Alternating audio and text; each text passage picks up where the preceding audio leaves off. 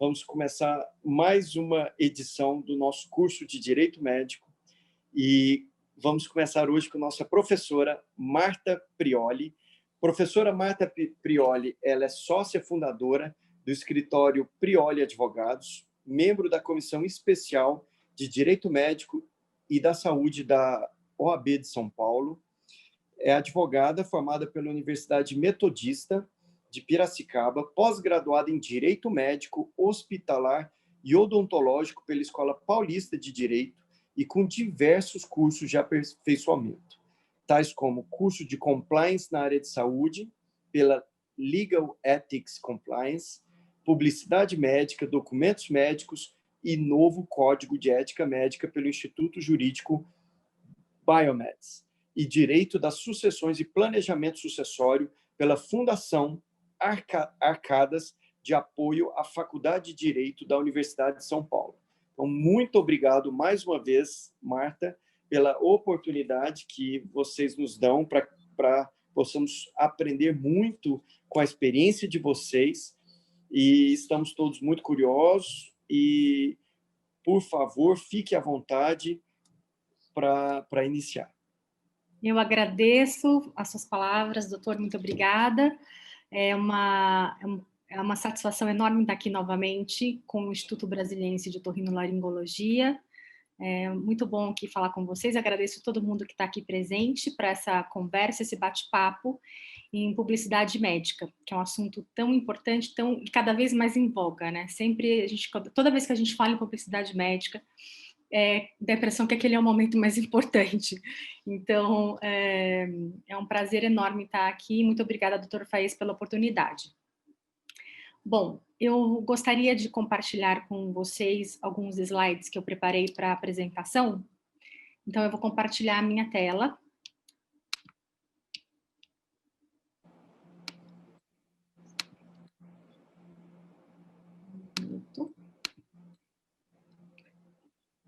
Ok? Vocês estão vendo o slide? Perfeitamente, Marta. Ok, muito bem.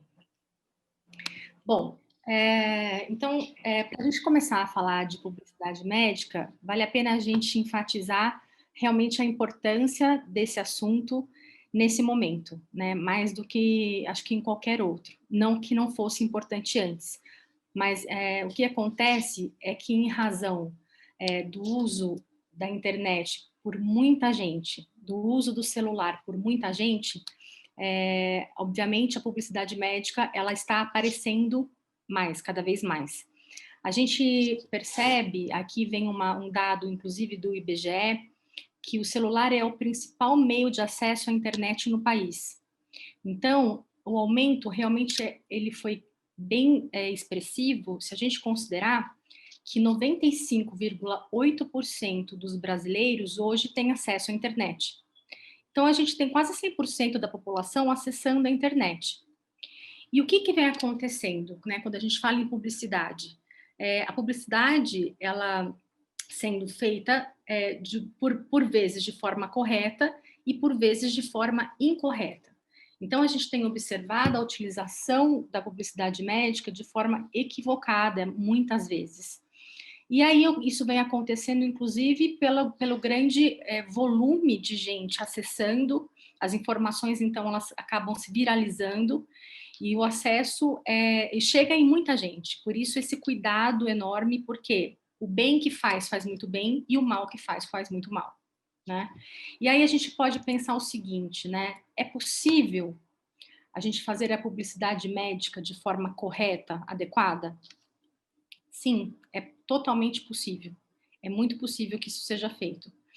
E antes da gente entrar mais no tema, eu gostaria também de explicar, da mesma forma que eu coloquei, enfatizei esse momento hoje, que a publicidade está sendo bastante utilizada, mostrar um pouco dessa cronologia, contextualizar a publicidade médica e mostrar que realmente não é algo atual, que isso é algo que já vem há bastante tempo sendo regulamentado.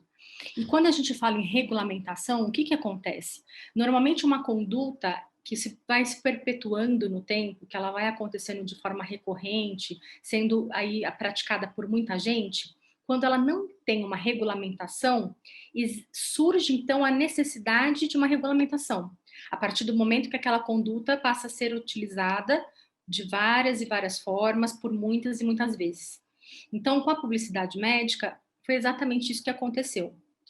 Então, se a gente pensar, a primeira norma que a gente tem falando em publicidade médica, ela é de 1942.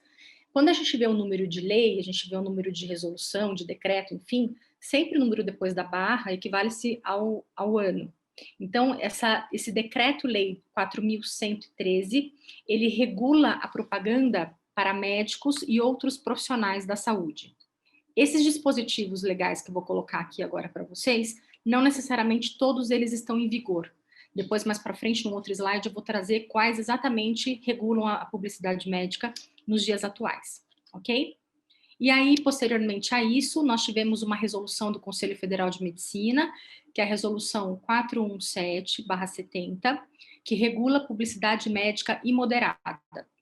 Eles chamaram de publicidade médica imoderada justamente aquilo que não é moderado, ou seja, é publicidade exagerada, é fora da medida, não é? E aí, então, regulamentar isso, eles trouxeram dessa forma isso, e foi em 1970. Depois, em 1980, tivemos uma resolução do Conselho Federal de Medicina, resolução 1036, que também normatiza a publicidade médica. Posteriormente, em 2003, já bastante tempo depois, houve outra resolução do Conselho Federal de Medicina, a resolução 1071, que estabelece critérios norteadores da propaganda em medicina. E aí, então, em 2011, nós tivemos a resolução 1974, que fala na sua íntegra de publicidade médica. Essa resolução, ela tem muitos dispositivos, ela traz muito minuciosamente o que se pode fazer em publicidade, o que não pode, e aí observa-se, assim, a interpretação dessa resolução é muito importante, que seja feita da forma mais correta possível. Opa. E aí, então, nós tivemos a resolução 2126 de 2015, que tratou das redes sociais. Aqui ela aprofundou mais nesse sentido. E, posteriormente, mais essa resolução também do Conselho Federal de Medicina, que é 2133, do mesmo ano, logo após essa anterior, que trata da relação do médico com a imprensa. E é interessante a gente entender, né, o que está acontecendo aqui, porque ela começou lá em 42, tratando de uma medicina que era uma publicidade, né, médica, que era daquele momento, para aquele tempo. E aí, conforme o tempo foi passando, os dispositivos foram se aperfeiçoando e se aproximando mais da realidade. Então, isso é algo que vem sendo feito até hoje, sempre sendo atualizado, sendo sempre pensado, todo mundo está sendo consultado nesse sentido de estar realmente trazendo uma resolução, uma disposição legal, que deve ser cumprida, obviamente, mas que ela se enquadre, que ela se encaixe na atualidade, no que está acontecendo. Não adianta nada a gente ter uma norma que está totalmente fora de moda, entre aspas, né? Mais ou menos nesse sentido. E o que aconteceu durante todo esse tempo? Houve uma evolução geral, inclusive na relação do médico e do paciente. Essa modificação na relação médico-paciente, ela aumentou a concorrência, né, entre os médicos, surgindo mais ainda infrações. É claro, a publicidade, ela é algo totalmente possível, é um direito do médico. Acontece até interessante a gente fazer essa analogia, né? Esse paralelo, na verdade, porque se a gente considerar profissões como a medicina, a advocacia, enfim, tantos outros profissionais liberais, quando a gente sai da faculdade, a gente não tem aquela orientação administrativa. E a gente sai montando uma empresa, um negócio, né? É um empreendedorismo acontecendo ali, e que muitas vezes você vai ter que ser um autodidata, ir atrás, fazer uma pós-graduação, para tentar administrar o seu negócio da melhor forma possível. Quando se tem um negócio, obviamente que é possível fazer publicidade disso. O que acontece é que precisa ser feito da forma correta. Então, isso é totalmente genuíno, tanto é que a gente tem tanta resolução, tantas coisas, tantas normas, tentando regulamentar uma situação que ela realmente vai acontecer e é para acontecer, né? O que precisa é que seja feita da melhor forma possível. Com a concorrência entre os pares, né, entre os colegas, então realmente as infrações acabaram aumentando. E com isso, obviamente, as punições, né, perante os conselhos regionais, enfim, e aí sucessivamente. E o que acontece com relação ao cenário de infrações? Quando uma infração ocorre, ela não é pontual, ela não é como um laser que vai ali no ponto e ele gera ele não gera um prejuízo colateral. Normalmente uma infração ela é esférica, ela atinge vários cenários. Então, eu vou mostrar aqui para vocês alguns exemplos de como essas infrações podem acontecer. E a gente está aqui também falando da infração em publicidade médica, mesmo porque o Código de Ética Médica tem um capítulo somente falando de publicidade, então ela é bem abrangente também pelo Código de Ética Médica. Então, o cenário das infrações em publicidade médica, o primeiro deles eu acabei de falar, é o Código de Ética Médica, né? Ele traz lá no seu capítulo uma série de possibilidades do que pode, do que não pode, como é que tem que ser feito, enfim, ele traz ali algumas questões. No Código Civil, quando a gente fala em Código Civil, a gente está falando em responsabilidade civil. E o que é isso? A responsabilidade civil, o desfecho dela vai ser na questão da reparação de um dano moral, por exemplo. Então, de repente, o paciente se sentir, num caso de publicidade médica, invadido, a sua intimidade invadida ou qualquer coisa parecida, ele pode entrar aí com uma ação, né, pedindo o ressarcimento pelo dano moral sofrido por ele. E aí a gente está falando, então, na esfera civil. Bom, e aí também temos uma outra esfera que é do Código Penal. A gente está falando aqui de direito penal, o criminal, né? Então, quando há, por exemplo, algum tipo de publicidade que rompa o sigilo médico ou alguma coisa do tipo, aí a gente já entra mais nessa esfera do Código Penal. E é interessante a gente observar uma coisa aqui, vou falar já nesse momento.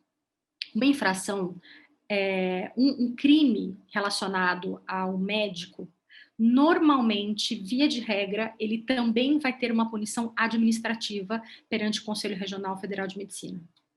Normalmente isso. O contrário não é verdadeiro. Obviamente, uma infração, ela não necessariamente vai ser um crime, ela não necessariamente vai ter alguma repercussão na esfera civil e nem nas outras demais esferas que eu vou tratar aqui.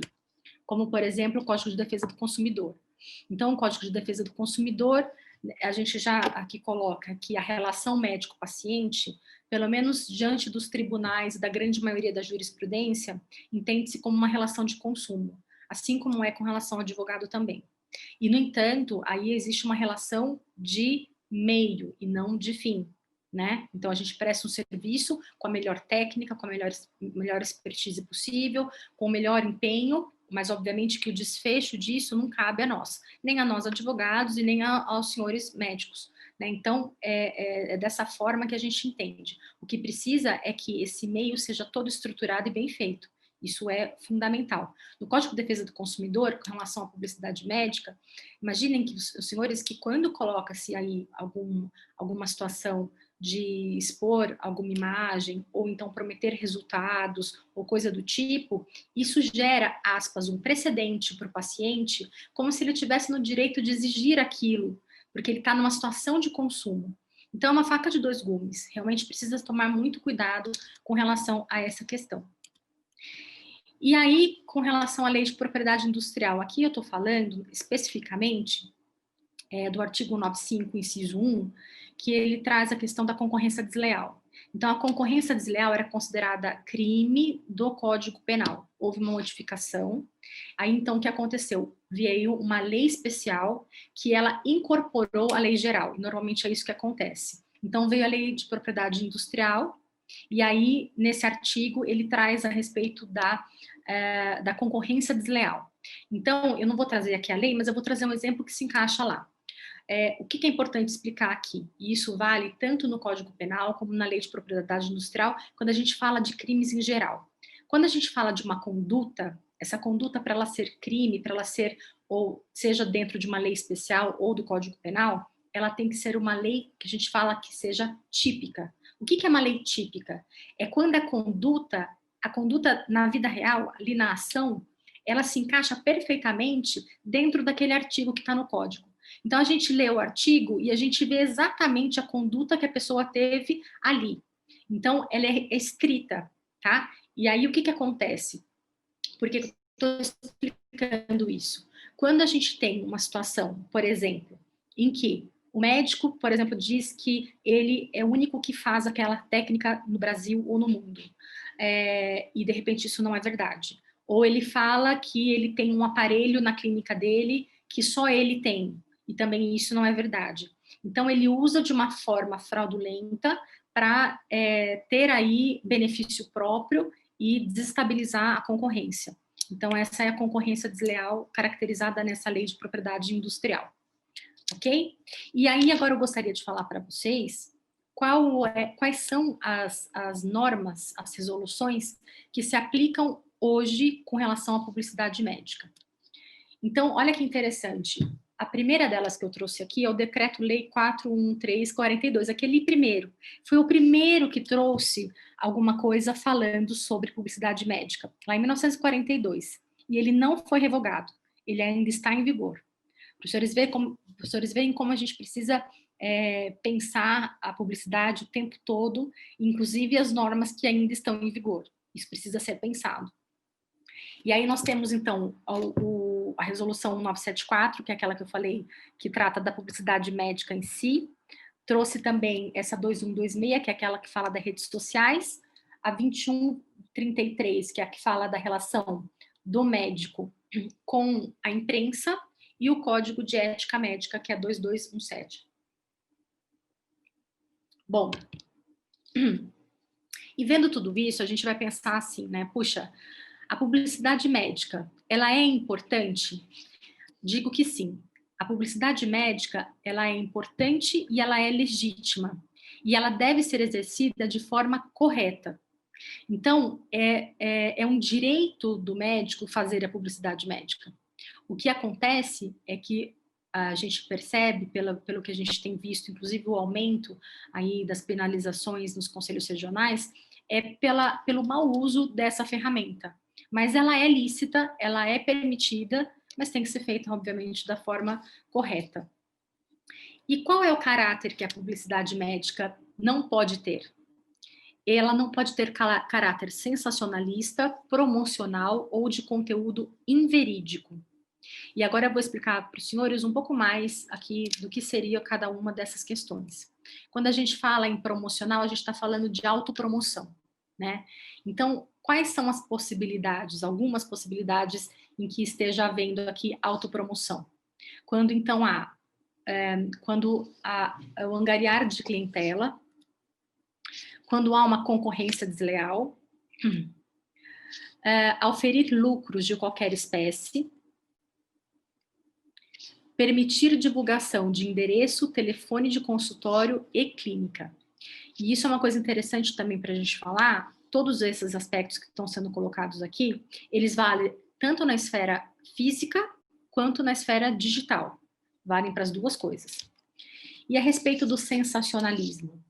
Então, o que seria? Divulgação publicitária de procedimentos consagrados de forma exagerada para individualizar e priorizar sua atuação. Outra situação, divulgação de métodos não reconhecidos cientificamente. Outra situação, causar pânico ou medo na sociedade com informações médicas. E aqui eu faço um parêntese, ainda que elas sejam verdadeiras. Porque para comunicar situações em que haja gravidade e que envolva uma população, existem formas corretas de se fazer isso. E isso precisa ser analisado para que não gere um sensacionalismo. Induzir a promessa de resultados. Né? A gente sabe que nunca se deve prometer resultados, nem verbalmente com relação ao paciente, ainda que esteja só você e o paciente, e nem através de qualquer tipo de anúncio ou publicidade. O médico, ele deve levar a informação de saúde à população de forma esclarecedora e educacional. Esse é um ponto muito importante para a gente salientar. Por quê? Sempre que os senhores estiverem prestes a fazer alguma publicidade, parem para pensar se aquela informação ela vai ter esse caráter esclarecedor e educacional para a sociedade. Se qualquer manifestação dos senhores tiver esses aspectos embutidos aí, certamente não haverá problema nenhum, porque o médico ele tem que se expor, sim, ele tem que se posicionar, sim, porque ele é um profissional importantíssimo na sociedade e que deve esclarecer questões de saúde que é do interesse comum, né, da coletividade. Então, isso obviamente que é permitido. O que precisa é que ele realmente tenha esse caráter esclarecedor e educacional. Isso eu friso bastante, porque se cada postagem que for feita, se cada anúncio que for feito, onde quer que seja, assim, em revista, em jornal, enfim, onde quer que seja, sempre se tiver essas características, não haverá problema com relação ao CODAMI, ok?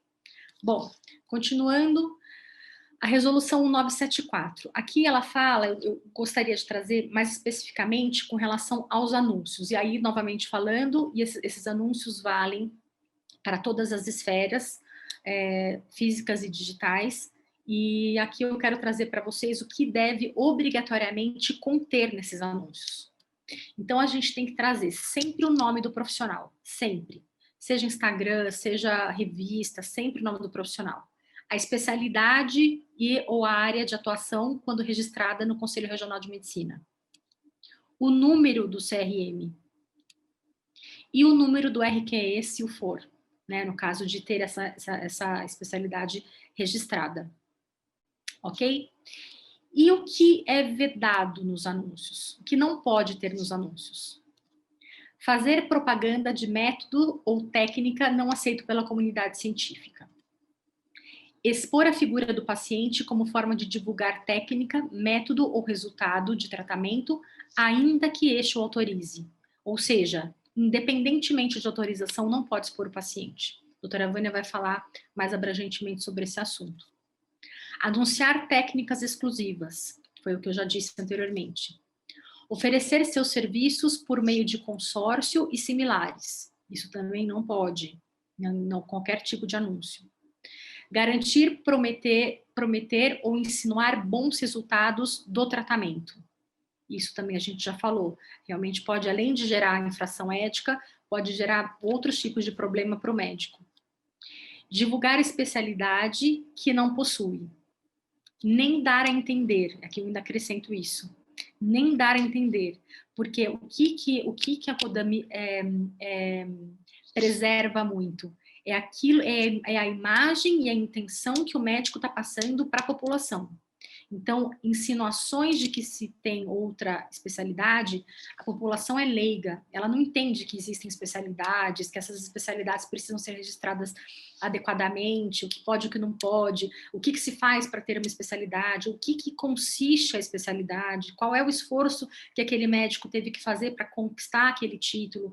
Então, assim, a pessoa sempre está sendo visto e protegido a população, né? Sempre está sendo protegida a população. Então, não divulgar e nem parecer que. Anunciar aparelhagem de forma a lhe atribuir capacidade privilegiada.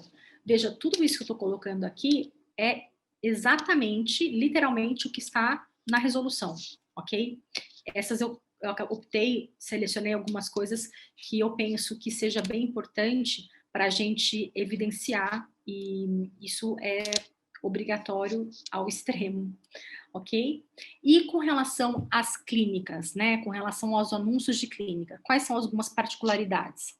Então, o artigo 5º da resolução diz o seguinte: nos anúncios de clínicas, hospitais, casa de saúde, entidades de prestação de assistência médica e outras instituições de saúde deverão constar sempre o nome do diretor técnico médico e sua correspondente inscrição no Conselho Regional, em cuja jurisdição se localize o estabelecimento de saúde.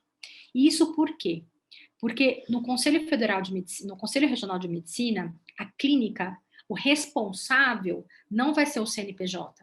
Quando existe o contrato social, né, um contrato ali, uma razão social, um contrato daquela empresa onde estão todos os sócios e tudo mais, existe aquele CNPJ que vai responder em todas as outras áreas do direito, certo? Enfim, com todas as outras suas particularidades que toda empresa tem. Entretanto, para o Conselho Regional, precisa ter um responsável. Aquele responsável é o diretor técnico, né, o médico diretor técnico, ok? E aí, obviamente, que isso tem que estar em todos os anúncios, porque ele é o responsável. Então, em todos os anúncios dessa clínica, é obrigatório que haja o nome e o CRM desse médico, tá bom? E ainda esse parágrafo 2º desse mesmo artigo, do artigo 5º, diz o seguinte: os diretores técnicos, médicos ou chefes de clínica e os médicos em geral, ou seja, todo mundo, estão obrigados a adotar, para cumprir o mandamento do caput, as regras contidas no manual do CODAMI. Então, isso é bem óbvio, né? Mas, enfim, é importante sempre lembrar. Ok? E aí, o que a gente traz também? Que o médico, dentro disso, ele tem o dever de obediência, né? Ele tem o dever de obedecer todas essas normas e diretrizes do Conselho Federal de Medicina, né? Conselho Regional de Medicina, enfim. Isso não é uma opção, isso não é uma recomendação, isso é uma obrigatoriedade, né? E aí existe, então, a CODAMI, né, que é a Comissão de Divulgação de Assuntos Médicos, que ela tem por finalidade responder a consultas ao Conselho Regional de Medicina a respeito de publicidade de assuntos médicos, convocar os médicos e pessoas jurídicas para esclarecimentos quando tomar conhecimento de descumprimento das normas éticas regulamentadoras anexas sobre a matéria, devendo orientar a imediata suspensão do anúncio.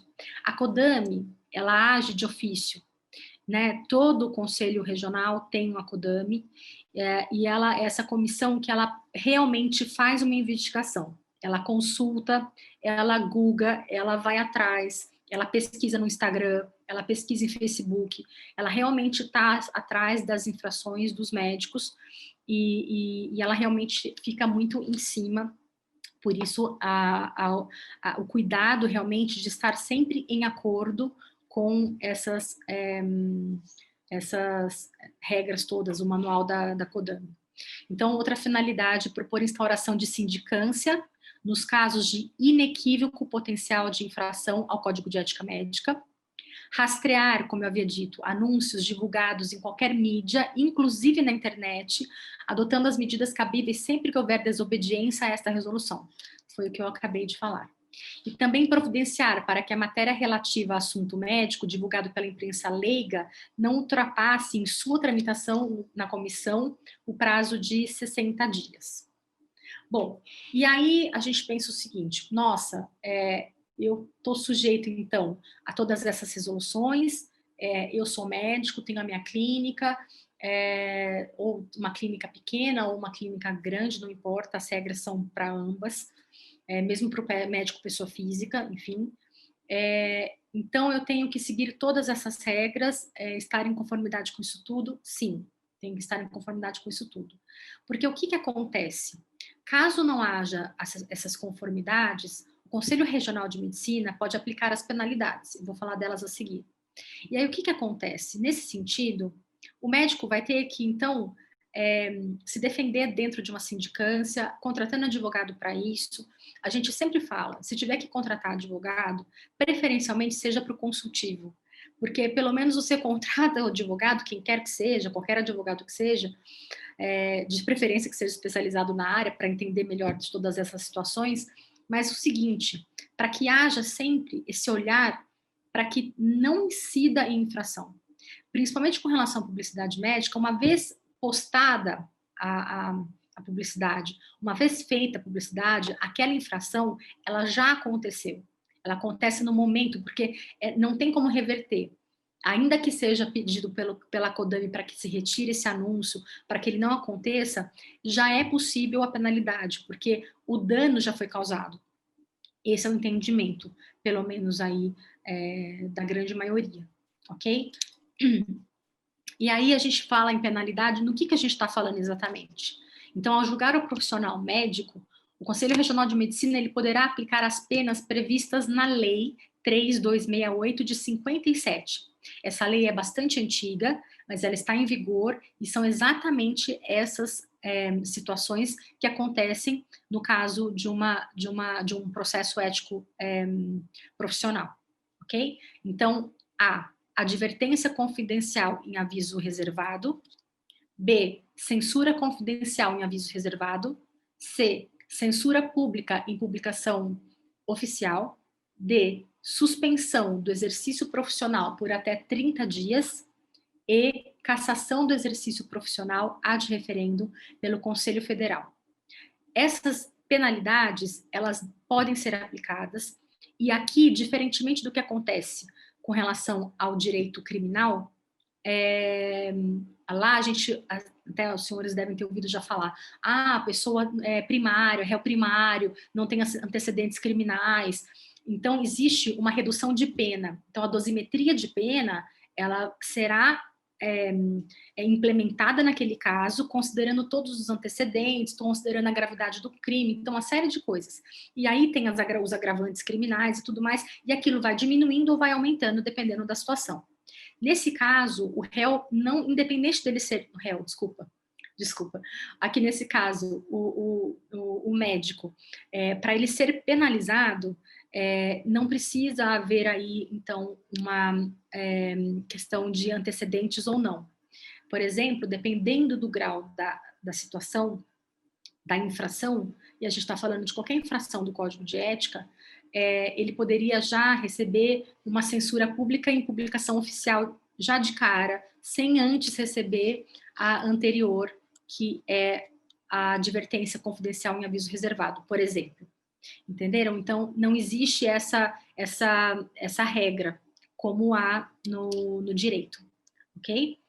E aí, a gente aqui falando das regras de ouro, né? O que a gente gostaria de deixar para os senhores, para que ficasse realmente essa orientação e ficassem essas dicas mesmo, para que levassem com os senhores aí e que, enfim, possam fazer a publicidade da forma melhor possível. Então, sempre agir com cautela e prudência com relação à publicidade médica, isso é fundamental. Não subestimar a ação da CODAME, porque ela realmente está bastante em cima, e aí os processos éticos profissionais com relação à publicidade médica têm aumentado.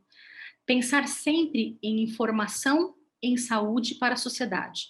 É aquilo que eu havia falado, né? Que seja esclarecedor e que seja informativo para a sociedade. E lembrar sempre que os cuidados com a publicidade médica refletirão negativa ou positivamente na reputação do médico, no tocante aos pacientes e aos seus pares. Então, quando a gente está falando aqui de publicidade, a gente tem que pensar não somente no benefício que ela vai trazer para aquela clínica ou para aquele médico, mas a gente tem que pensar que isso mexe na reputação do médico. E aí, entre os pares, de repente, numa penalidade pública, isso fica muito ruim para a imagem do médico. E a gente sabe que o que a gente tem é o nome. E aí a gente tem que cuidar muito desse nome para que não haja nenhum problema e aí possa continuar sendo feita essa publicidade, que é um direito dos senhores, tem que ser feita assim, lembrando sempre que deve ser olhado a forma correta de se fazer. Muito obrigada. Era isso que eu tinha para dizer hoje para os senhores. Agora a doutora Vânia vai continuar a exposição. Muito obrigado, professora Marta Prioli, pela excelente palestra, muito didática, muito prática, ajudando a informar e educar realmente nós, profissionais de saúde. Eu sei que tem muitos profissionais que trabalham com marketing médico, marketing digital te assistindo. Então, acho que é importante que todo mundo tenha conhecimento, é importante que todo mundo saiba sobre as penalidades, sobre, poxa, desde uma censura confidencial até uma cassação de registro. Isso é uma coisa... Eu nem sabia que existia uma CODAME dentro de um CRM. Então, foi uma palestra de tanto, acho muito importante. E é importante para os médicos terem bom senso. Exato. Os jornalistas que estão nos assistindo aqui neste momento, É importante que todos tenham bom senso. É importante que o jornalista, o jornalista ou o profissional de marketing, de mídia digital, tenha conhecimento do que pode e o que não pode ser feito, até para orientar o profissional que ele está assistindo, porque é muito arriscado hoje em dia.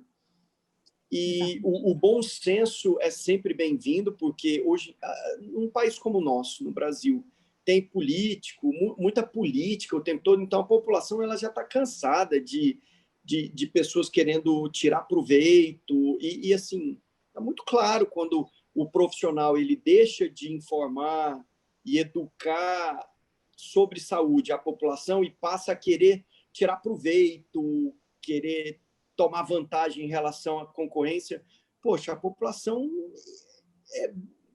hoje em dia, cada vez mais, ela está escolada nisso. Então, que estejamos atentos. Professora Marta, muito obrigado, foi excelente. Então, todas as perguntas para a professora Marta fica para o final. Isso, por favor. Maiara, por favor, checa aí, vai checando as perguntas para depois ir passando para as professoras. E agora eu vou convidar, então, a professora Vânia Rosa Moraes. Professora Vânia Rosa, os médicos otorrinolaringologistas conhecem que ela é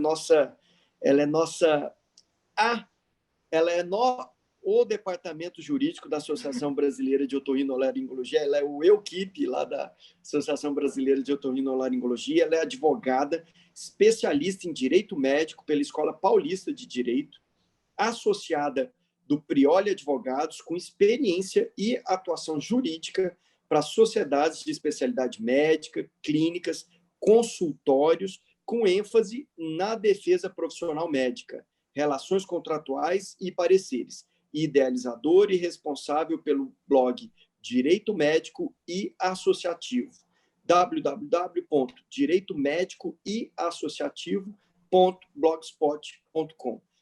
Seja muito bem-vinda, Vânia. Fique à vontade para seguir com a nossa noite de curso em Direito Médico. Obrigada, doutor Faez. Boa noite a todos. Mais uma vez, é um privilégio estar aqui com o senhor, com todos, para falar de um tema extremamente relevante, né?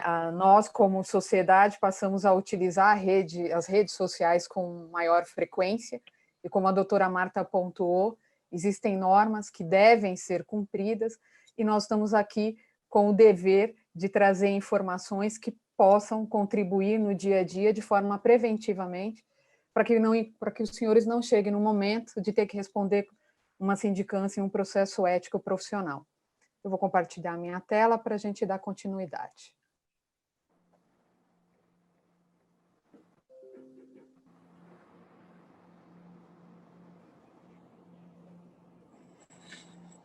Os senhores estão vendo a minha tela? Estamos sim, Vânia. Todo mundo. Tá. Perfeito. Então, a minha parte também, ela dá sequência ao tema publicidade na atividade médica, para, na realidade, fazer uma pergunta, né? O que eu devo saber sobre publicidade na atividade médica? Eu trouxe aqui alguns temas que eu recebo no dia a dia de dúvidas de profissionais médicos que eu acredito que possam ser questões comum a tantos outros profissionais e que têm o propósito de ajudá-los. O primeiro tópico que eu trago é sobre especialidade médica e área de atuação. Será que divulgar especialidade médica e área de atuação é ato de publicidade? Sim. Em sendo um ato de publicidade, incorre em observar e em obedecer às normas que regulamentam a publicidade médica. O que eu devo saber para poder divulgar a minha especialidade médica ou área de atuação sem incorrer em infração médica? A primeira questão que eu tenho que ter em mente é que hoje há duas formas legalmente reconhecidas para que um profissional médico seja titulado em uma das 57 especialidades reconhecidas pela Comissão Mista de Especialidade do Conselho Federal de Medicina, que é o Certificado de Conclusão de Residência Médica, conferida pela Comissão Nacional de Residência, MEC, e o título de especialista, conferido pela MB, aos profissionais aprovados nos exames de titulação que são realizados pelas sociedades de especialidades médicas. Então, hoje, legalmente, são esses 2 documentos que os médicos podem utilizar para comprovar que eles são especialistas em uma das especialidades. E da área de atuação, de igual forma. O documento legal hoje que reconhece que um profissional é certificado em uma das áreas de atuação é o certificado de área de atuação emitido pela EMB aos aprovados no exame realizado pela Sociedade de Especialidades.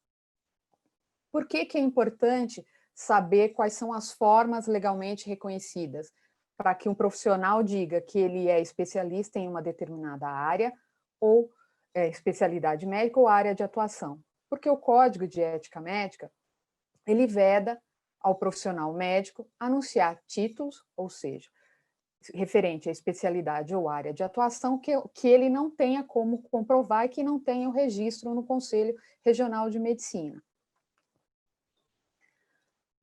Então, feito isso, né, tendo apresentado essa questão introdutória referente aos documentos hábeis e legais que reconhecem a especialidade, aqui eu abro um parênteses para fazer referência àquele decreto que a doutora Marta pontuou há pouco, de 1942, para demonstrar a sua vigência, o quanto ele continua válido nos dias atuais.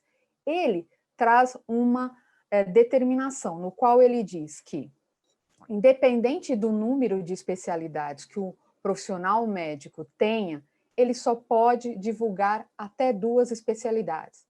Eu tenho 3, 4, com título de especialista ou certificado de área de atuação. Eu tenho que escolher 2 especialidades para utilizar quando da publicidade médica. Então, aqui um resumo.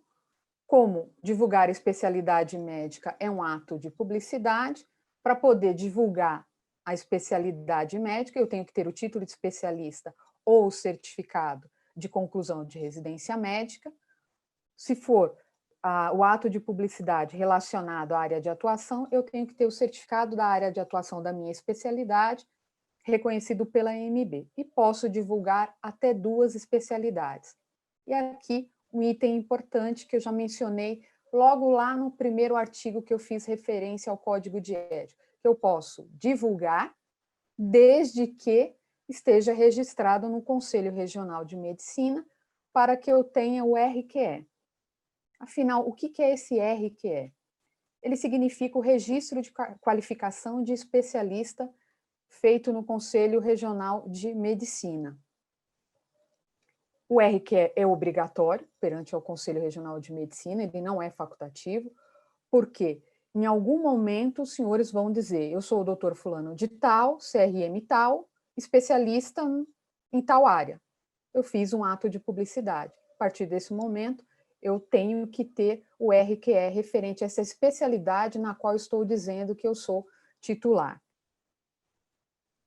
Via de regra, para requerer o RQE, feito um pedido junto ao Conselho Regional de Medicina da sua jurisdição, apresentando o título de especialista ou certificado de área de atuação, para que aí o CRM, observando ali o trâmite interno, proceda ao registro e forneça o número do RQE ao profissional médico. Então, por que obter o RQE?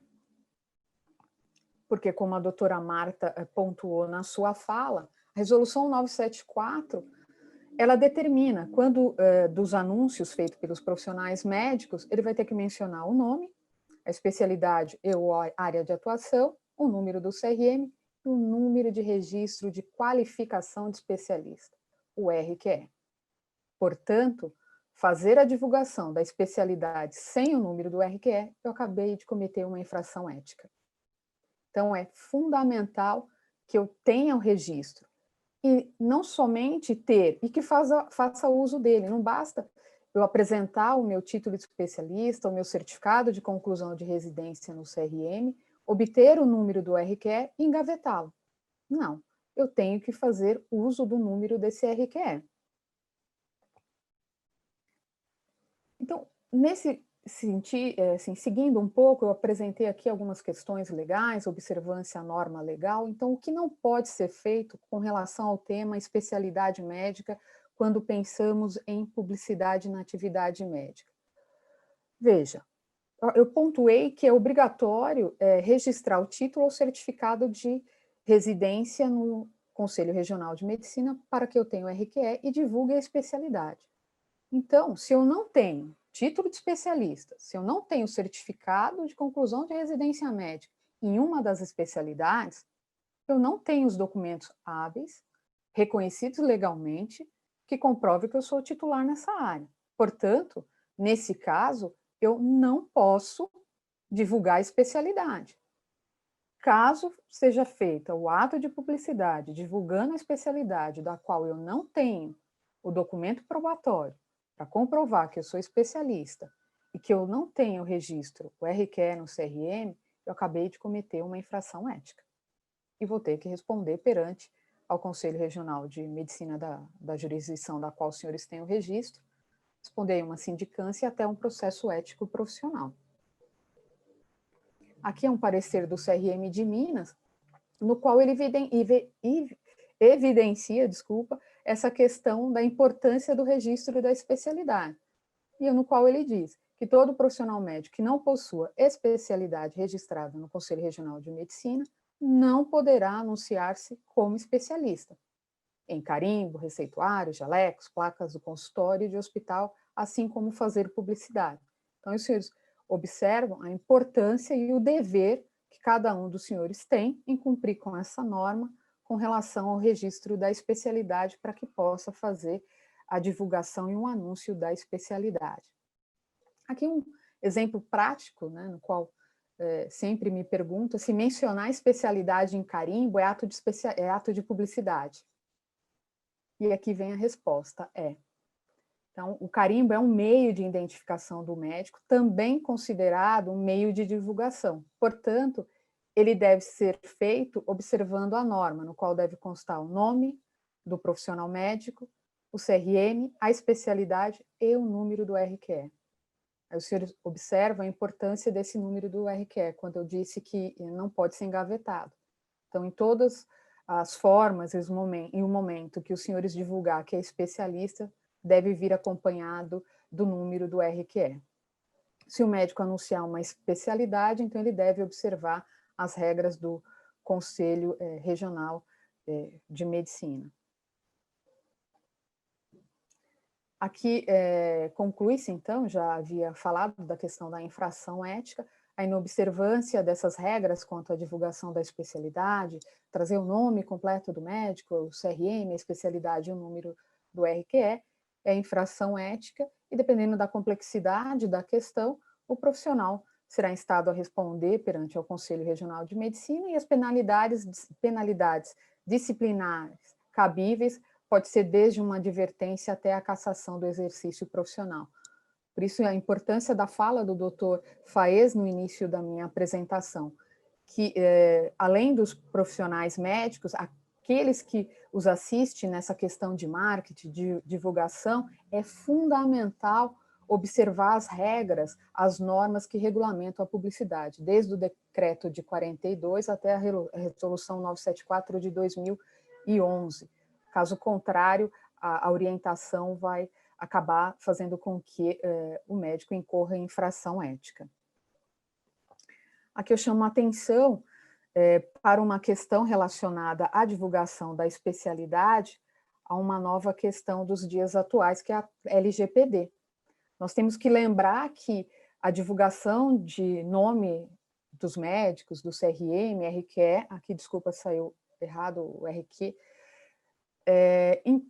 representa divulgação de dados pessoais, e uma vez que estou falando sobre dados pessoais, eu também tenho que ampliar a minha visão, não só focar nessas questões das resoluções do Conselho Regional de Medicina, do decreto de 42, mas trazer aqui para os dias atuais, pensar na LGPD, porque ela tem aplicabilidade na divulgação da especialidade. Então, eu tenho a minha clínica, o meu instituto, o meu hospital, e normalmente eu divulgo o corpo clínico com o nome dos profissionais médicos e especialidades. Isso tratam de dados pessoais. Portanto, é obrigatório que a clínica, o consultório, o hospital obtenha o consentimento expresso desse meu corpo clínico para que eu possa fazer a divulgação do nome de cada um deles, da especialidade, do CRM na minha rede social, na minha página da minha empresa. Então, é importante também ampliar esse olhar pensando na LGPD.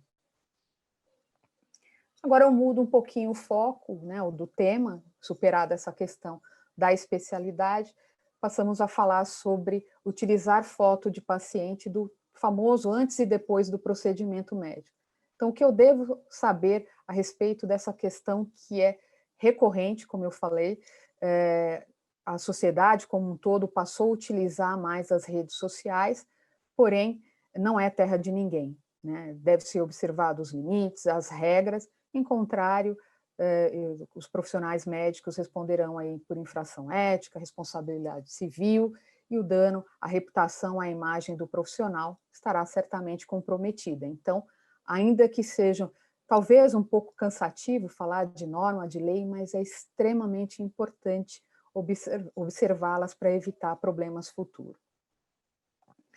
Então, o que eu devo saber sobre divulgar fotos de antes e depois de procedimento de paciente? Esse ato de postar fotos de antes e depois de procedimento é um ato de publicidade e, portanto, ele é regulamentado pelas normas do Conselho Regional e Federal de Medicina. O próprio Código de Ética Médica, de uma forma bem clara, ele traz essa questão, pontuando que é vedado ao profissional médico fazer referência a casos clínicos identificáveis, exibir pacientes ou seus retratos em anúncios profissionais, ou na divulgação de assuntos médicos em meios de comunicação em geral, mesmo com autorização do paciente. Portanto, aqui é uma redação de um artigo clara, pontual, vedando qualquer ato que vise a divulgação de fotos de antes e depois de procedimento médico do paciente, mesmo com a sua autorização. Além do Código de Ética Médica, combinado com o Código de Ética Médica, a Resolução 974 faz a mesma vedação, né? Traz de forma muito clara que expor figura do paciente como forma de divulgar técnica, método ou resultado de tratamento, ainda que com autorização expressa do mesmo, é vedado ao profissional médico. Não, que se não bastasse Código de Ética, a Resolução 974, a 2126 reforça essa vedação, traz de forma muito clara. É vedado a publicação de imagens do antes e depois de procedimentos de paciente. Qual é a única exceção em que é reconhecida a possibilidade do profissional médico fazer uso da foto do paciente do antes e depois do procedimento? Quando for para finalidades estritamente acadêmicas, em trabalhos e eventos científicos especializados, desde que não haja uma outra forma de demonstrar aquela técnica, aquela forma de tratamento. Aí, neste caso, é permitido mediante autorização prévia expressa, escrita do paciente. Ainda que tenha autorização do paciente, é importante todo cuidado para que esse paciente não seja identificado. Então, neste caso, quando for para fins acadêmicos, científicos, desde que não haja uma outra forma de apresentar aquela técnica, eu posso utilizar a foto do antes e do depois do paciente, não será considerado infração ética, desde que eu observe ali a regra de obter o consentimento desse paciente e explique para qual finalidade será utilizada a sua foto. Aí os senhores devem estar perguntando, tá, mas o que visa o Conselho Federal de Medicina com essas inúmeras vedações de que não pode expor a foto do antes e depois do paciente? O objetivo do Conselho Federal de Medicina é preservar a imagem do médico, é preservar o médico de processos judiciais movidos por pacientes na busca de indenização, vez que esse tipo de publicidade ele pode induzir a promessa de resultado. Então, evitar também a autopromoção do médico. Estabelecer também parâmetros para a prática ética da medicina e evitar exposição desnecessária tanto do médico como do paciente. aqui também eu chamo os senhores para que a gente abra o nosso olhar, porque às vezes a gente recebe alguns questionamentos dizendo, tá, eu vou publicar uma foto do paciente do antes e depois, eu vou incorrer ali apenas, entre aspas, infração a uma norma do Conselho Regional de Medicina, infração a uma norma prevista no Código de Ética, nas resoluções dos Conselhos Regionais Federal de Medicina. Não é só isso, senhores. Além disso, né, eu tenho que cumprir esses deveres deontológicos, que são aqueles previstos no Código de Ética, o sigilo profissional, mas aqui vai além. Expor a foto do paciente não limita-se apenas a uma infração ética. Esse ato acaba infringindo princípios constitucionais, princípios garantidos na Constituição Federal, que é o direito de imagem, direito à vida privada e direito à intimidade. E a infração, né, o desrespeito a esses direitos garantidos pela Constituição, certamente serão fatores que vão fundamentar uma ação de responsabilidade civil e de indenização. Então, eu tenho que ampliar o meu olhar, que além da infração ética, eu vou violar direitos, preceitos fundamentais garantidos na Constituição Federal. Isso vai impactar também ali na responsabilidade civil do médico, não se limitando apenas na responsabilidade ética. Aqui eu trago um case de publicidade que foi julgado pelo CRM, assim, referente à questão da utilização de foto do antes e depois do paciente. Essa questão ela foi recebida por denúncia, transformou em sindicância e processo ético profissional, da análise dos fatos, das provas, seguido ali o rito do processo ético profissional. Ao final, o Conselho entendeu que houve, sim, uma infração àqueles artigos que determinam que é vedado a exposição da foto do paciente, e, nesse caso, o profissional médico recebeu a penalidade de advertência confidencial em aviso reservado. Vale a pena aqui também abrir um parêntese, o profissional médico, ainda que tenha recebido essa advertência, se incorrer nesse mesmo ato de continuar expondo a foto do antes e depois do paciente, a dosimetria aqui da penalidade ela pode ser aumentada, podendo chegar até a cassação do registro profissional. Então, deve ter esse olhar zeloso com essa questão. Aqui um outro momento para chamar a atenção dos senhores, também quanto à LGPD. A LGPD, a Lei Geral de Proteção de Dados, ela também tem aplicabilidade na divulgação da foto do paciente. Porque a imagem do paciente, né, da face do titular, que aqui é o nosso paciente, é considerada como um dado pessoal identificado. E, portanto, ela se enquadra às normas da Lei Geral de Proteção de Dados. Então, além de cometer uma infração ética, também tem esse aspecto de infração do ponto de vista da Lei Geral de Proteção de Dados, o que vai tornando essa questão mais sólida para um paciente que se vê numa situação dessa para buscar os seus direitos perante ao Poder Judiciário numa ação de indenização. Então, é importante observar essa questão também. Aqui a doutora Marta já pontuou, vou passar rapidamente, a questão do anúncio de pessoa jurídica, que tem que ter o nome do diretor técnico, CRM, ela já falou com propriedade sobre isso. Aqui eu passo a um outro tema, né? A gente já falou aqui da importância da divulgação da especialidade de forma correta, a questão da publicidade, da foto do antes e depois. Agora eu entro no tema paciente publicar fotos e elogios constantes ao profissional médico. O que eu devo saber a respeito disso? Essa questão ela está contemplada na Resolução 2126 de 15, especificamente no parágrafo 4º do artigo 13. A publicação por pacientes ou terceiros, de modo reiterado e ou sistemático, de imagens mostrando o antes e depois, ou de elogios a técnicas e resultados de procedimentos nas mídias sociais, deve ser investigada pelos Conselhos Regionais de Medicina. O que eu quero dizer com isso? aqui é importante fazer um parênteses, não estou dizendo que os senhores médicos façam o que eu vou falar, mas é esse olhar que o CRM traz para essa questão. Já que o médico não pode fazer uso das redes sociais dessa maneira, ele, em tese, pode instrumentalizar o paciente para que faça no seu lugar. Paciente fulano de tal, coloca lá na sua rede social que você foi bem atendido, né? Coloca um elogio sobre o tratamento que eu realizei enquanto do seu atendimento.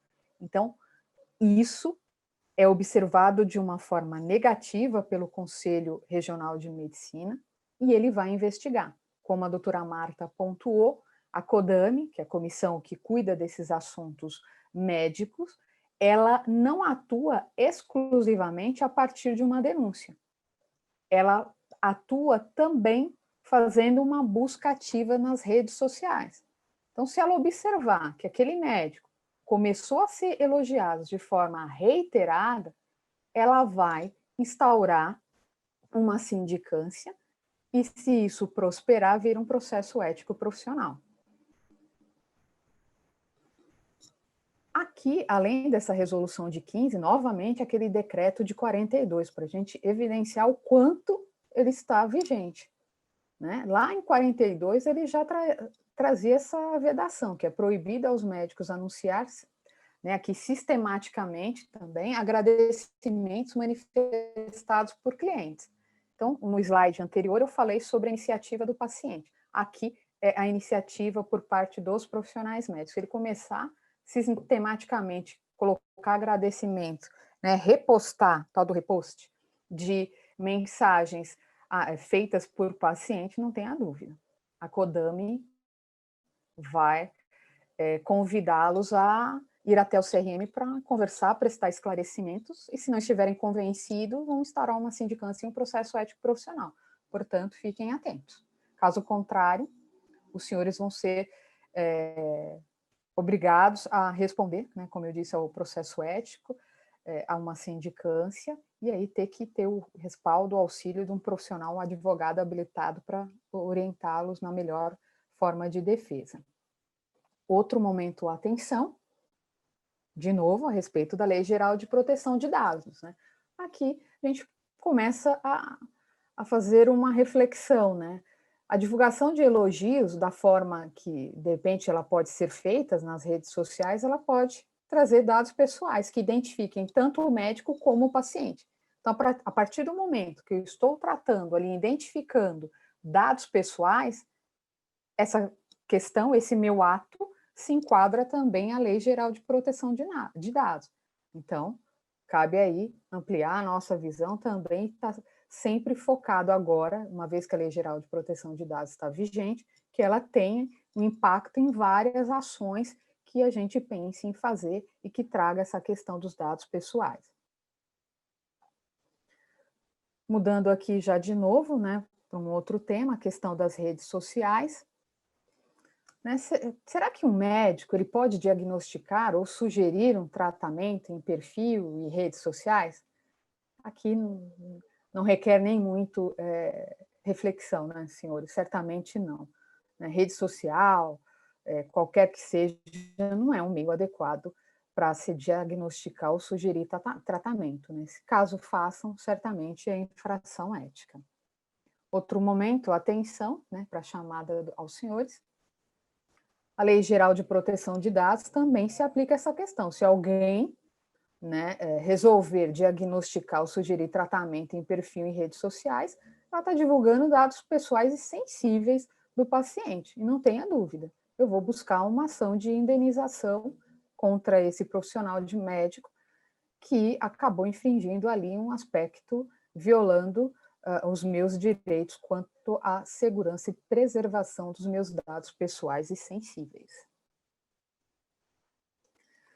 Dentro dessa questão também das redes sociais, né, os autorretratos, as selfies dos profissionais médicos em situações de trabalho e de atendimento, eles caracterizam sensacionalismo, autopromoção, e, portanto, o Conselho Federal de Medicina também ele veda esse tipo de atitude.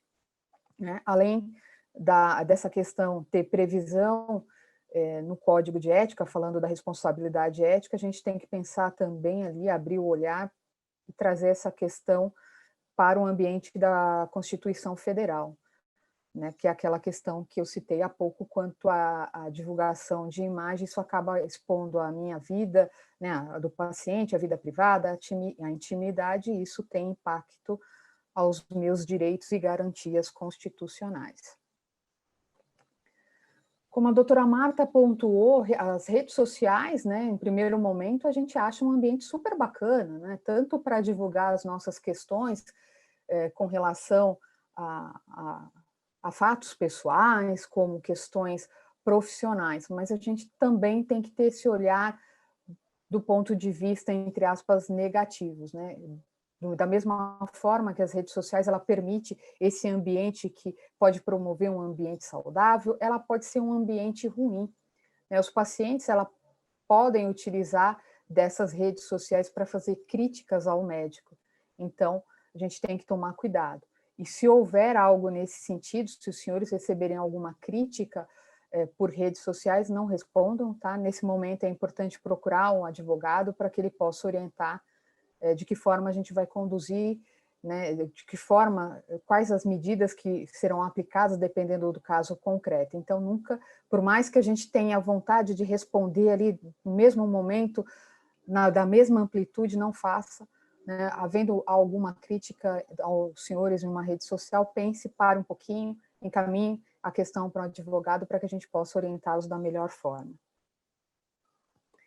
Aqui eu trago alguns casos práticos, eu trouxe essas imagens porque elas estão no Google, tá?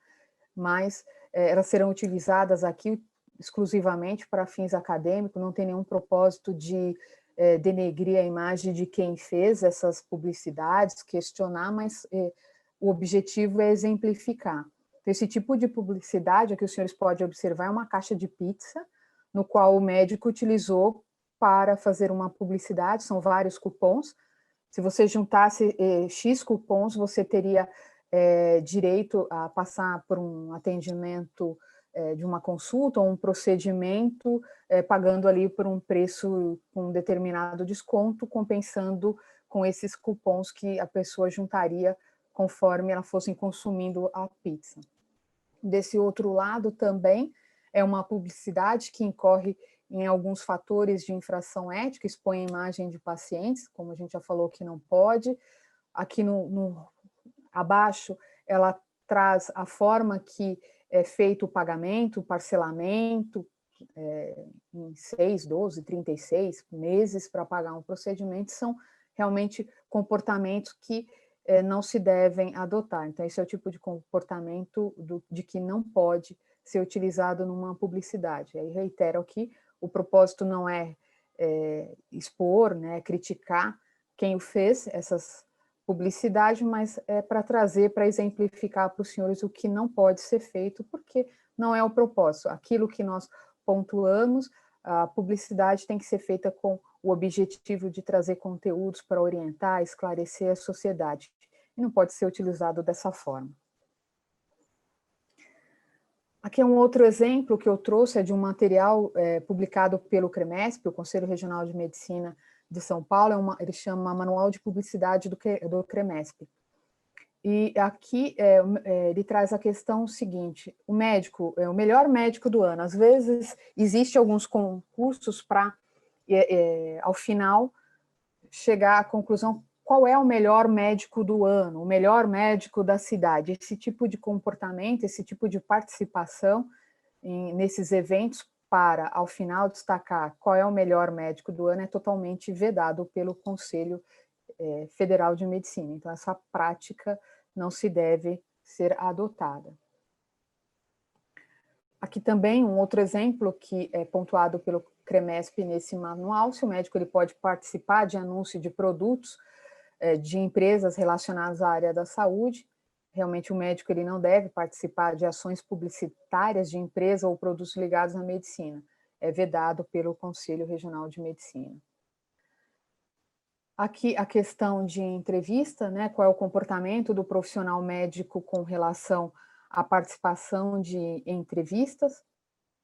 ele pode participar, como já foi colocado, ele deve participar quando realmente for uma entrevista que tenha o propósito de esclarecer a sociedade, de oferecer esclarecimentos técnicos especializados ali na área que vão contribuir para a sociedade como um todo.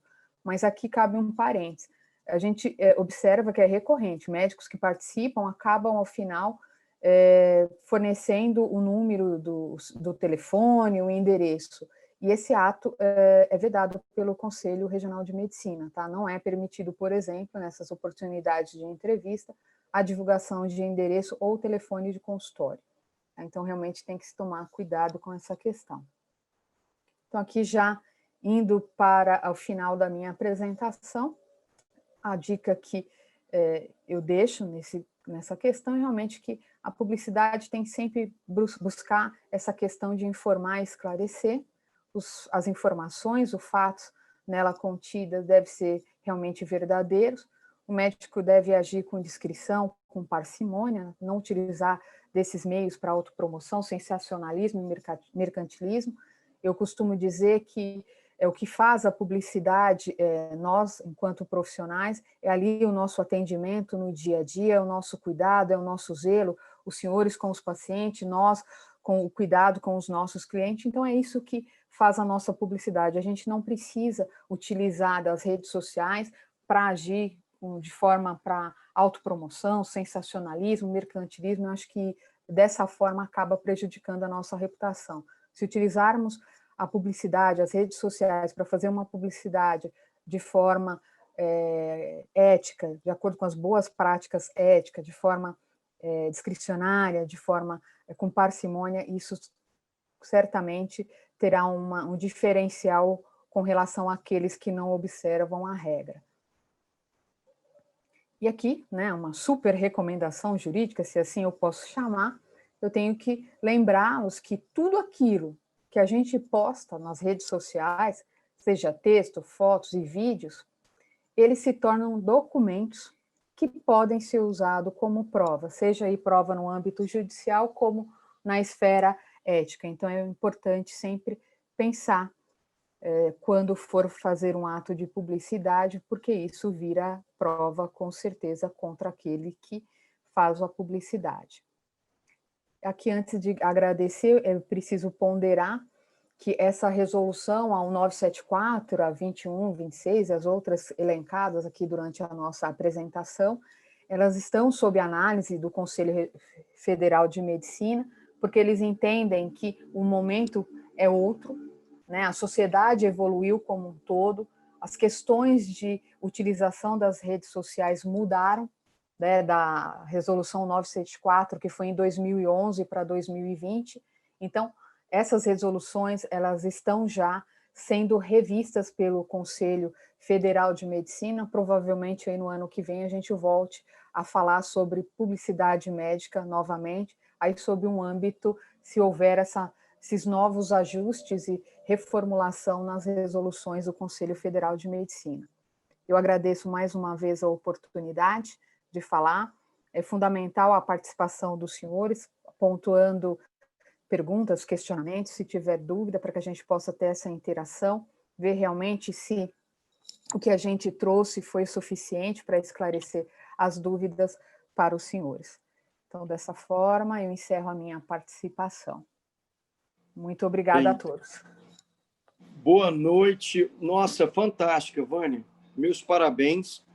Também uma palestra muito prática, voltada para o nosso dia a dia das mídias sociais e muito, muito interessante. Eu acho que quem assistiu está saindo diferente. Eu achei muito interessante isso que você falou sobre a importância da gente usar o momento para passar uma mensagem para os nossos pacientes de informação, de confiabilidade, de discrição, de ética, ao contrário, e tentar fugir, escapar do sensacionalismo, do promoção, porque nossos pacientes vão saber diferenciar quem está promovendo a ética, discrição, veracidade, quem realmente informa a população. E uma outra coisa é a questão do texto, dos fotos, dos vídeos compartilhados em grupos. Isso é muito perigoso, porque definitivamente isso pode virar prova contra o profissional que simplesmente permitiu esse vazamento de informações pessoais. Então, que todos tenham esse cuidado, né, Vânia? Exato, é fundamental ter esse cuidado, porque a gente sabe que as redes sociais não são seguras como deveriam ser, né? E acaba podendo incorrer aí em insegurança jurídica, vazamento de dados, né? E além de ter que responder civilmente por esse ato, é aquilo que o senhor falou, isso acaba maculando a minha reputação, né? Eu tenho que utilizar essa rede social para trazer um conhecimento, não utilizá-lo como autopromoção, né?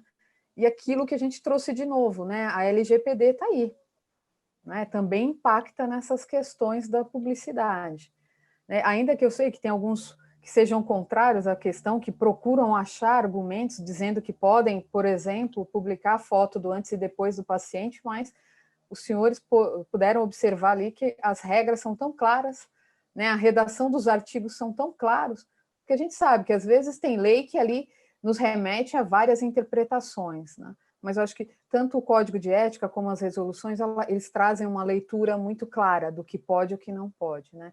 Então, realmente, é importante esse olhar cuidadoso. Inclusive, a respeito do que o Dr. Faiz acabou de falar, eu me lembrei de um processo consulta do Conselho Federal de Medicina, número 50/2016, que é um parecer 14/2017, que ele fala a respeito desses grupos de médicos. Então, o que é permitido é que entre médicos, em grupos privativos de estudo, possa se tramitar ali questões envolvendo pacientes, para que haja uma ajuda entre os pares ali, de entender aquela doença, de entender aquele caso. Então, assim, isso é só para esses grupos restritos de estudo. Então, por exemplo, nada dali pode ser veiculado num grupo de médicos que seja de caráter social. social, exatamente, que não seja profissional e privativo para isso. E aí, obviamente, se houver algum envio de alguma no WhatsApp, tudo isso é possível perícia, tudo isso é possível entender quem foi. Então, é bem complicado. Realmente tem que ter uma responsabilidade muito grande. O que eu ressalto, que é muito importante a gente pensar, é na rapidez do nosso dedo no celular. Isso é uma coisa impressionante, porque a gente mexe no celular com uma rapidez e é tão intuitivo e que muitas vezes pode acontecer algum tipo de equívoco. E aí há a responsabilidade. Então, assim, realmente ser bastante prudente no manuseio do celular, principalmente quando estiver tratando de fotos. Na minha opinião, e eu creio que na doutora Vânia também, evitar, por exemplo, manter fotos de pacientes no celular, deleta tudo, não fica com isso armazenado. Ultimamente, também houve um dado, uma estatística dizendo do aumento de fraudes no WhatsApp, em celulares e tudo mais. Então, isso tudo a gente precisa realmente ficar atento, porque desde que a pandemia veio, eu creio que o mundo digital ele mudou. Então, ele não é mais o mesmo. Por isso até que o Conselho Federal está aí revendo as suas resoluções.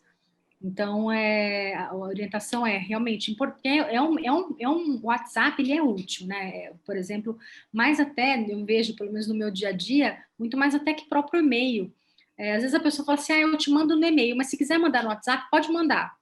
E é porque você vê na hora ali, você já comunica, você já fala, já tá ok, a pessoa já sabe que recebeu, é muito rápido. E isso é bom, não é que não é bom e que não deva ser usado. O importante só é saber de como se usar e tomar o cuidado devido para que não haja nenhum tipo de problema, né? É isso aí. Pessoal, queria convidar todos vocês a mandarem as perguntas através do nosso chat. Eu queria saber se tem alguém que deseja fazer uma pergunta. Fiquem à vontade, eu estou olhando aqui, ó, o pessoal está tímido hoje. Nosso bate-papo. Quem tiver qualquer pergunta, fiquem à vontade para mandar aqui no nosso bate-papo. Ou se de repente quiserem abrir o áudio É isso eu ia dizer Fazer também. a pergunta, fica à vontade também. Temos uma pergunta da Milena Cristina, perguntando sobre as selfies. Sempre é proibido ou apenas com pacientes? Vânia, sou eu? Pode responder, Marta. Então, a selfie, ela não pode ser feita, por exemplo, dentro de ambiente hospitalar, dentro de centro cirúrgico, ainda que não tenha paciente dentro. Com o paciente não pode ser feito de jeito nenhum também. Agora, a selfie do médico sozinho, depende do contexto. A gente sempre olha isso. A sua selfie, ela é no sentido de informar alguma coisa para o seu paciente, alguma informação médica, ela tem esse caráter esclarecedor de algo. Se for uma selfie simplesmente para mostrar você, e aí naquele momento mostrar alguma coisa que você esteja fazendo, que vai te colocar numa situação privilegiada em relação aos colegas, aí não pode. Entende? É muito subjetivo. Mas, obviamente, é como o doutor Faes disse, quando a gente olha para aquilo, a gente imediatamente tem uma primeira impressão. E essa primeira impressão é a que fica. Então, a gente realmente tem que tomar muito cuidado com o que a gente a intenção que a gente está transmitindo, porque a gente realmente transmite a intenção. Agora, sempre, né? Se você vai fazer uma selfie sua, e aí, de repente, suponhamos que daí venha um texto embaixo dizendo a respeito de alguma situação que esteja esclarecendo para a sociedade alguma coisa, eu não vejo problema, desde que ela não seja feita no centro cirúrgico, que não tenha paciente junto, enfim, depende muito do contexto. Não sei se eu respondi. Respondeu. Não, respondeu muito bem.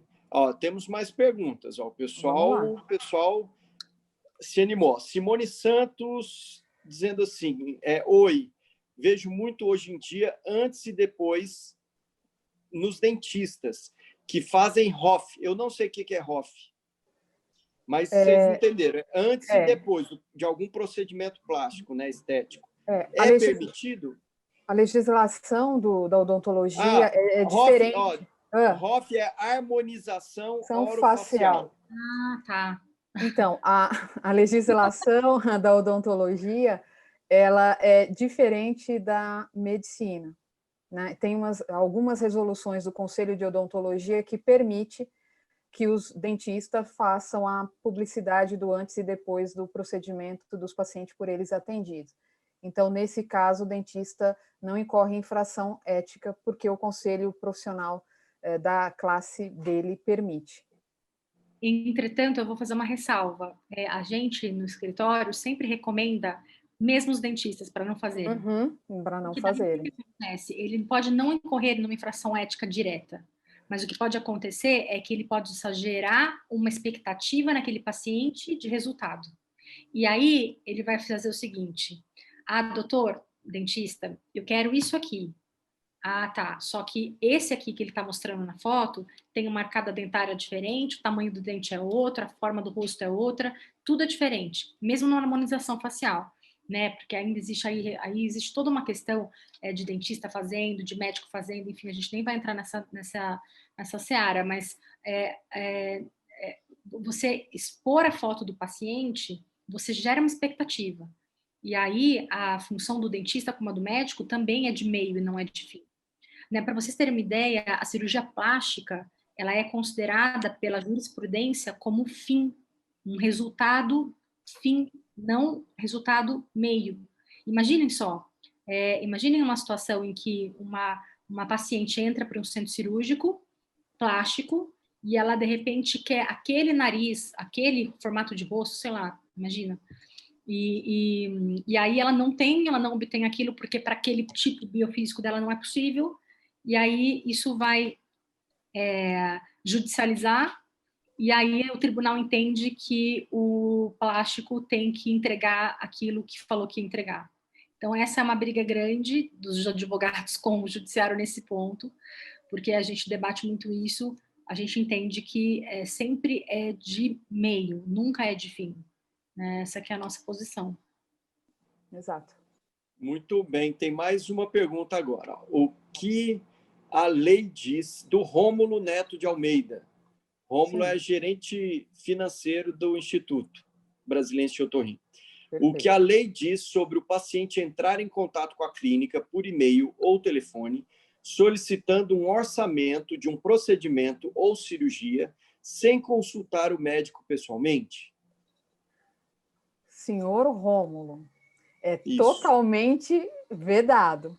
Eu não posso fornecer um orçamento de um procedimento sem que o paciente tenha passado em consulta. Então, fornecer o orçamento tem que ser após a consulta com o profissional médico. Isso é dever, né? O médico tem o dever, após a consulta, informar para o paciente o custo daquele procedimento recomendado. Agora, não houve uma consulta e sugerir um orçamento, eu não faria isso. Realmente é totalmente vedado, né? Tem que preceder de uma consulta, de uma análise pelo profissional médico. É diferente a situação da telemedicina, né?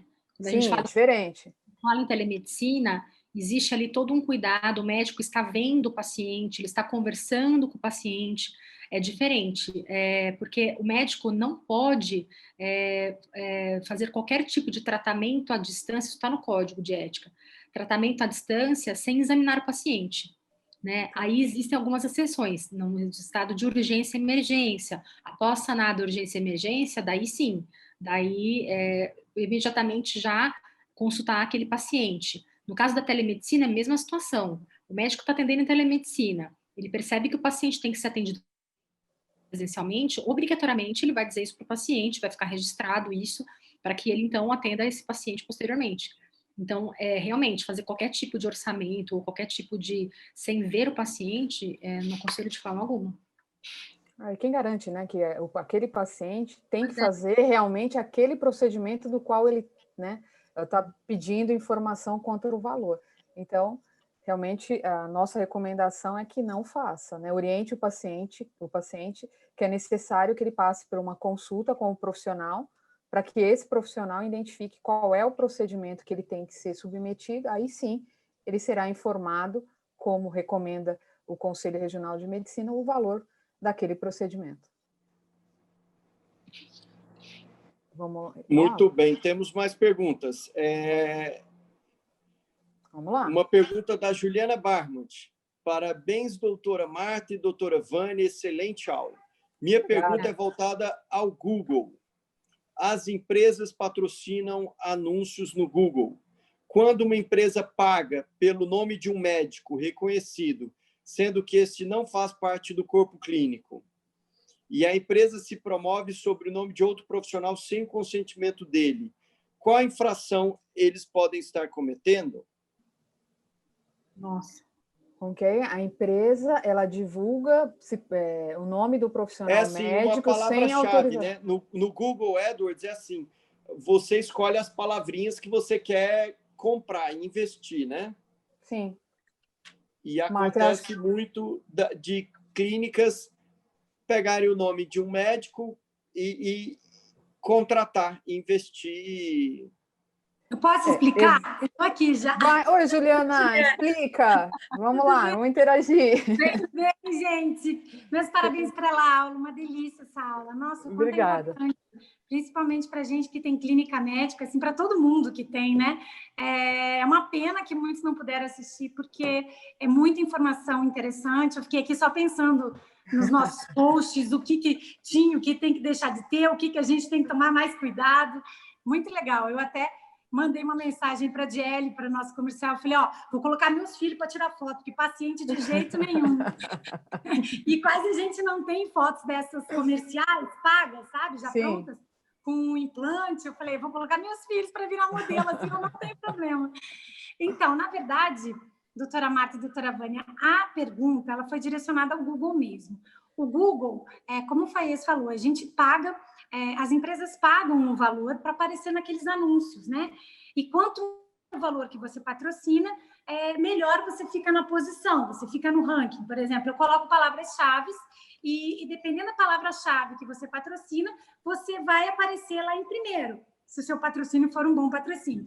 Dentro dessas palavras-chave, se um concorrente ele usa o nome de um profissional que não é nem do corpo clínico dele, ou seja, O nome não vai estar dentro do site, dentro do corpo clínico dele. Que eu vi que a senhora comentou, a doutora Vânia falou isso com relação à LGPD.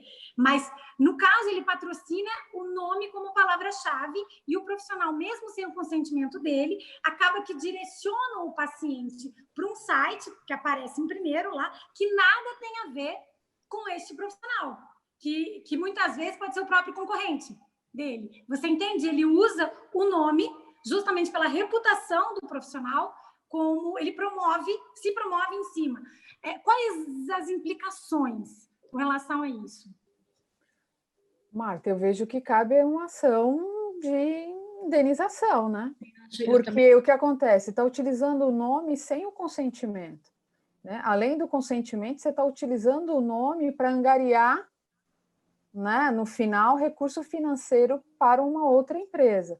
Então, assim, rapidamente aqui numa análise, né, rápida, como a gente sempre fala, tem que analisar o caso concreto, caberia sim uma demanda judicial, né, para buscar uma indenização por dano moral, porque violou direitos, garantias constitucionais, eu não autorizei. Você está divulgando o meu nome, fazendo publicidade do meu nome para angariar recursos financeiros para a sua instituição. Então, acho que, né, Marta, eu acho que eu começaria por aí, certamente ampliaria a visão para buscar outros recursos jurídicos para proibir, né, que essa empresa continue utilizando o meu nome e, combinado com essa questão, buscar uma ação de indenização. E ainda pode até, dependendo da situação, pode até, de repente, estar envolvendo algum tipo de concorrência desleal, mesmo naquele sentido de fraude. Sim, no ponto de vista criminal, né? Exatamente, mas aí, assim, como eu falei, tem que entender exatamente a conduta bem Sim. dentro daquilo que ela é, para ver se ela se encaixa no tipo penal, no tipo que está enfim, alguma lei específica, para ver se ainda, de repente, pode ter algum tipo pode levar isso ao Ministério Público, entendeu? Então, você pode agir tanto na esfera privada, no sentido do direito civil, quanto você também pode agir levando a notícia crime aí ao Ministério Público. E até no âmbito do conselho, né? Se tiver algum médico responsável por trás dessa empresa, o diretor técnico, também a ele será imputada uma responsabilidade. Então, como a doutora Marta falou, assim, sem a gente analisar o caso concreto, aqui só para dar uma orientação superficial, vamos chamar assim, cabe sim uma medida judicial, e aí a gente vai estudar o caso para ver quais frentes a gente vai guerrear, entre aspas, né? O cenário é esférico, né? É esférico, né? Então, assim, resumindo, né, a priori, cabe sim uma demanda judicial e que aí ficaria esse parêntese que a gente teria que analisar o caso, mas certamente caberia alguma medida sim. Muito obrigada. Era a minha dúvida justamente isso, se pode tudo, né? Hoje em dia na internet é esse o grande perigo, pode tudo, mas usar o nome, qual é a lei da LGBTPD, a gente percebe que está cada vez mais delicado, então era a grande dúvida. Muito obrigada. De nada. Mas você sabe que, Juliana, as pessoas, a gente é tão banhado dessa coisa da internet, né? E aí acaba vendo uma libertinagem ao contrário de uma liberdade, né? Então as pessoas acabam confundindo muito isso e realmente dá essa impressão que pode tudo. E é onde as pessoas erram a mão, né? Então, realmente, quando a gente fala em publicidade médica, que os conselhos regionais têm aumentado muito o número de sindicâncias em relação a isso, e depois o processo ético profissional, realmente está acontecendo, porque eles estão cada vez mais em cima, porque está vendo a necessidade, é tudo uma questão de necessidade e utilidade, né? Quer dizer, está acontecendo aquilo muito, as pessoas, quer dizer, os conselhos estão precisando atuar cada vez mais em cima, porque está cada vez mais, então isso é uma bola de neve. Por isso que eu acho que tudo isso está sendo revisto pelo Conselho, né, pelo Conselho Federal, para que consiga realmente atender de forma mais precisa tudo, né? Porque realmente parece que pode tudo e não pode tudo, né? Realmente existem limites aí de todos os lados. E é aquela história, né? As leis, as resoluções, os decretos são freios humanos, né? Senão, realmente, se a gente não tivesse isso, seria cada um faz o que quer, enfim, seria uma anarquia total, uma barbaridade, né? De todo mundo fazer o que quer, mesmo no âmbito digital, né? E não dá. Existem regras para tudo. Complementando o que a doutora Marta pontuou, para você ter uma noção, até então, publicidade você não observava tanto nas sindicâncias e processo ético profissional. Nos últimos tempos, a gente tem notícia que ela tem ocupado o 5º lugar. Então, dos assuntos que são levados ao Conselho Regional de Medicina para que apure uma sindicância e um processo ético, a publicidade tem ocupado o 5º lugar. Então, é importante. Então, é importante realmente esse cuidado. Tá certo. Muito obrigada. Nada. Mais alguma pergunta, doutor Faes? Pessoal, então aqui, uma última pergunta. Vejo muitas da DL, vejo muitas redes sociais com fotos de antes e depois de rinoceptoplastia, sua maioria sem identificar o paciente. Colocam as fotos apenas do nariz. E no procedimento realizado relatam sobre a cirurgia. Dessa forma, pode? Pois são muitas postagens desse estilo. Então, eu tenho algumas ressalvas quanto a essa questão, porque ainda que seja o nariz, acho que eu já até falei em uma outra ocasião, teve um outro caso que não havia identificação do paciente, mas aquele paciente tinha uma tatuagem específica no pescoço. Então, era do nariz para baixo. Com essa tatuagem no pescoço, aquelas pessoas que conheciam o paciente conseguiam identificá-lo. Então, a minha orientação é que, mesmo sendo só o nariz, não pode. Marta, quer completar? Eu concordo com você.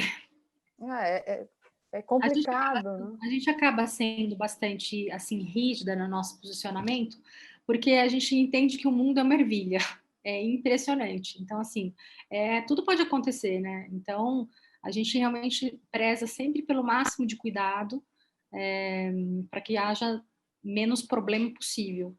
Porque, às vezes, mesmo com todos os cuidados que o médico tem, às vezes ainda assim dá problema. Então, a gente procura sempre estar orientando no máximo de cuidado. A gente peca, às vezes, pelo excesso, né? Preferimos do que pela falta, porque realmente o transtorno é muito grande, né? Um processo, numa sindicância, quanto tempo que não demora, isso para o médico gera um desgaste tão grande, né?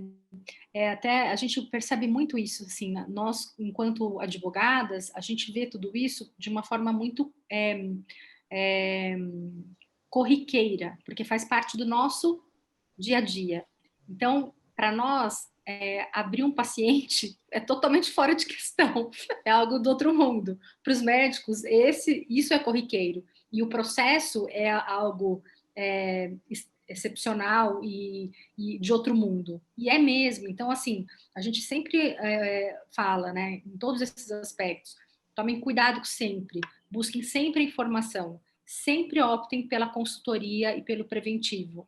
O processo é quando já deu tudo errado. A sindicância é quando já há indícios de que algo está dando errado. Pode virar um processo ético profissional posteriormente. Então, tomar esses cuidados é a melhor opção, sem sombra de dúvidas. Muito bem. Então, queria agradecer imensamente a participação das professoras Marta e Vânia. Queria dizer para todos que nós já temos um agendamento de uma nossa nova aula do curso de Direito Médico, que vai ser no dia do meu aniversário, dia 9 de fevereiro. Que legal!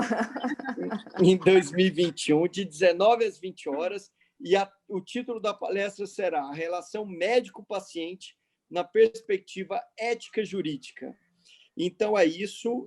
Convido a todos para que estejam presentes na nossa próxima aula do curso de Direito Médico, que ocorrerá no dia 9 de fevereiro, às 19 horas. E eu queria, mais uma vez, agradecer a participação da professora Marta Prioli, professora Vânia Rosa de Moraes. Muito obrigado por tudo. Foi excelente, como sempre. Eu que agradeço, né? Nós agradecemos a oportunidade. É sempre um prazer, né, poder compartilhar com o conhecimento, como eu sempre falo. Se todos que estiveram aqui conosco saírem um pouquinho diferente do que chegaram, a missão, com certeza, foi cumprida. Então, é um prazer Espero que 2021 seja o ano da retomada, né? Da retomada das relações pessoais, das relações profissionais, que a gente possa se encontrar presencialmente em Brasília, né? Para que a gente possa conversar, ainda que não seja tão em breve, mas a gente vai ter oportunidade para as nossas palestras virtuais, mas com a esperança, né, e a perseverança de que 2021 nós estaremos juntos presencialmente. Muito obrigada, gratidão sempre a todos vocês. Muito obrigada. Eu também quero agradecer. Muito obrigada pela oportunidade. A gente fica muito feliz de estar aqui conversando desses assuntos e vendo gente interessada, podendo ser útil.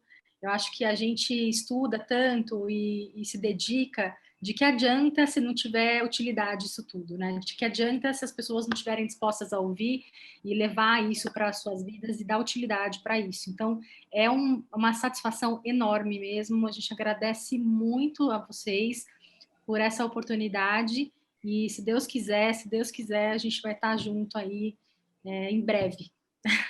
Excelente. Muito obrigado a todos e uma excelente noite a todos, um Feliz Natal e um feliz Ano Novo. E até fevereiro. A todos vocês. Tchau, obrigada. Tchau, tchau. Tchau.